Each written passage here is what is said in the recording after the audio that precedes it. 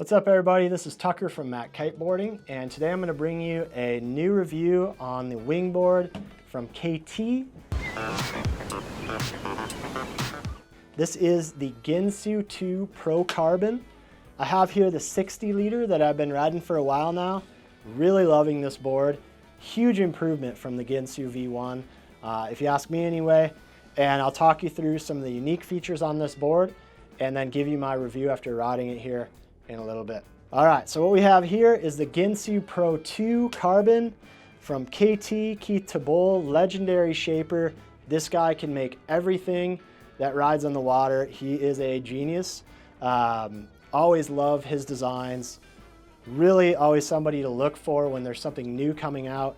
You can look for KT's boards to be really innovative, bringing top quality design, materials, and just ideas into a really fun shape, which is what we got here. I will note, I have a strap and a foot hook on here. These don't come included with the board. This board just comes raw, as is with the board. So if you want stuff like this, you can go ahead and buy them, but they are compatible, obviously. We have them set up here.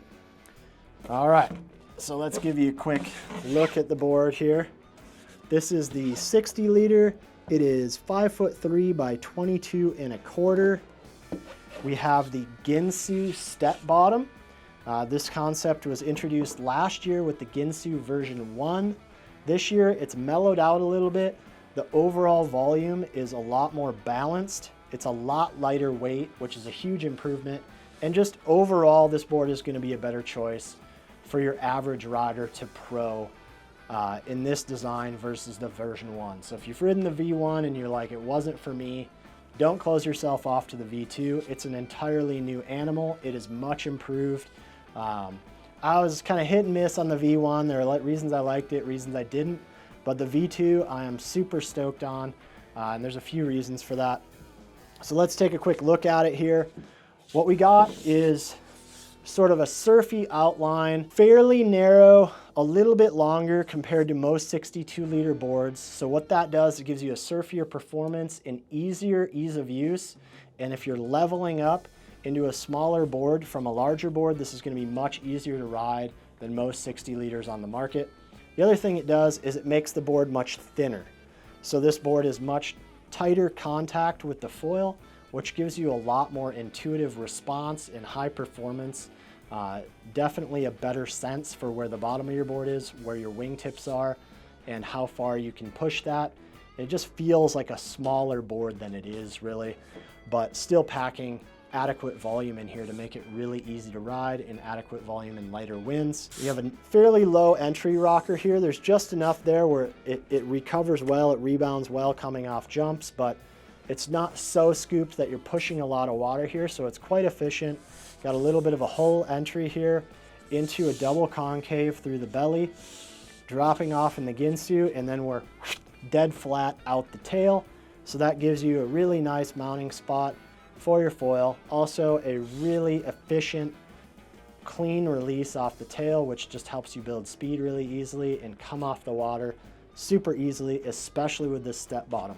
What happens once you get up to speed is the water is kind of releasing there, and it might catch again here and release again, but there's no suction in this portion of the board. So when you release off the water, you transition from riding on the water to foiling.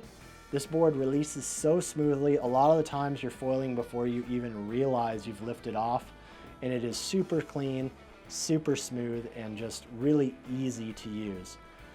These chimes here are nice and mellow. They're deep, but the angle is lower. It's thicker, I should say, but the angle is lower. So what you get there is more lift from that edge of the board, but then when you're ripping a turn, it doesn't get in the way. If you do tend to touch down a little bit, it's at the right angle where, you know, if your foil is here at the water, halfway on the mast, it's right at that angle, so it skips off the water really nice. It doesn't put on the brakes when you have a quick hit at that kind of normal angle. As you can tell, the middle of the board, the kind of meat and potatoes, is quite narrow here.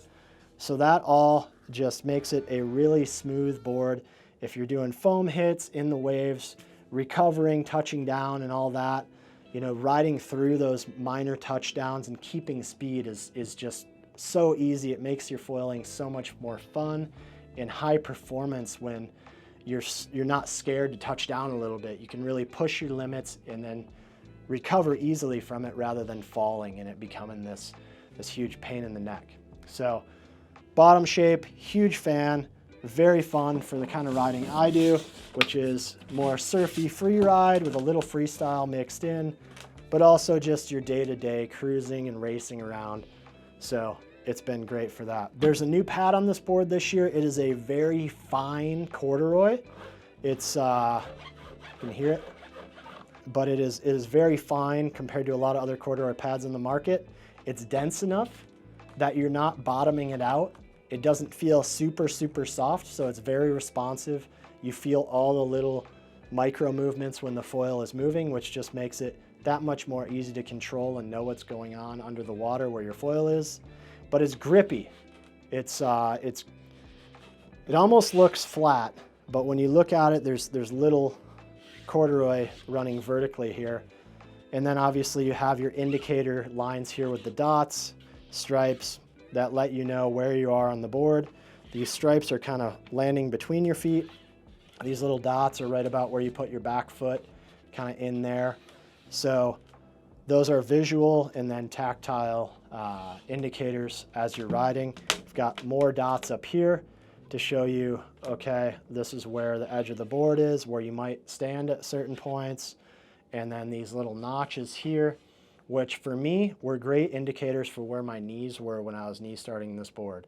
Obviously with the Ginxu cutout and the more forward pushed volume on this board, there's more volume in the front half than there is in the back half. So that means your knees are going to be a little bit further forward when you're first starting. That was the same way with the Ginxu V1, but it was a much shorter board and there was even more volume up here in the nose. So that was kind of an awkward board to knee start. This board is much more balanced, much easier to knee start. So you don't have those issues of finding the sweet spot and purling the nose and that. This board is just super easy to learn how to knee start on or to progress down to a smaller board. Anyway, these indicators here were great for where I like to put my knees for my weight, the foil I was riding in this particular size. And then strap orientation here, we have a V-strap setup and a single strap down the back of the one here. Some people requested that single orientation for this new version of the board, and I think it's a good decision. If you're riding with a V-strap with feet, you know, in there you have a strap rather than a hook back here. Being able to center your foot is important if you're riding both directions. Obviously, it's nice to be able to offset that back foot if you're riding real hard in the surf and making hard turns. And you can still do that with a little looser strap or by riding a foot hook like I have here.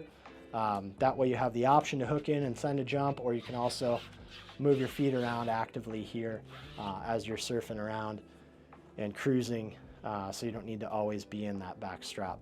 So anyway, those are some of the pad features. Those are some of the deck features. We have a chop tail coming off the tail here. So that falls off really nice. It releases the water and you're climbing on and off the board if you're coming through that area. It's just a nice transition. You don't have this big blocky tail. We also have our vent screw back here for the vent plug. That is a metal vent plug. You're gonna have to use it manually. It's not an auto vent, so remember that. When you first get aboard, make sure you track down that vent plug. When they ship it, it's located right here underneath a sticker. So they shove that down into the track and put a sticker over it. That way it doesn't get lost in the box, but it is not immediately apparent where that is. So when you get a new board from KT this year, there should be a sticker over the track, and that is where the vent plug is located. So you definitely want to find that and install it before you go ride. All right, so that is the Ginxu 2 Pro Carbon. Personally, I've been riding this board now for a good bit of time. Really loving it. I've been using this one in conjunction with the Dragonfly Surf. Dragonfly Surf for me is a great downwind board, light wind wingboard for the lightest of winds. And then this board picks up right where that leaves off. As soon as I have just a little bit of power, rather than having nothing, this board is a great one board quiver. So if you're not interested in riding any light winds, you know, the Ginxu is a board you can size down in fairly easily. And that comes from the efficiency of the board, the extra length, and the reduced width. Just makes this board really easy to ride. It's definitely more efficient than most 60-liter boards on the market right now, so it's something you can size down in relatively easily. The construction this year, as I mentioned, is lighter, but it's still bomb-proof. I mean, this thing is rock solid, as you come to expect from KT. It is really nicely built from the Cobra factory. Full carbon sandwich, and really a well-honed balance of weight and durability.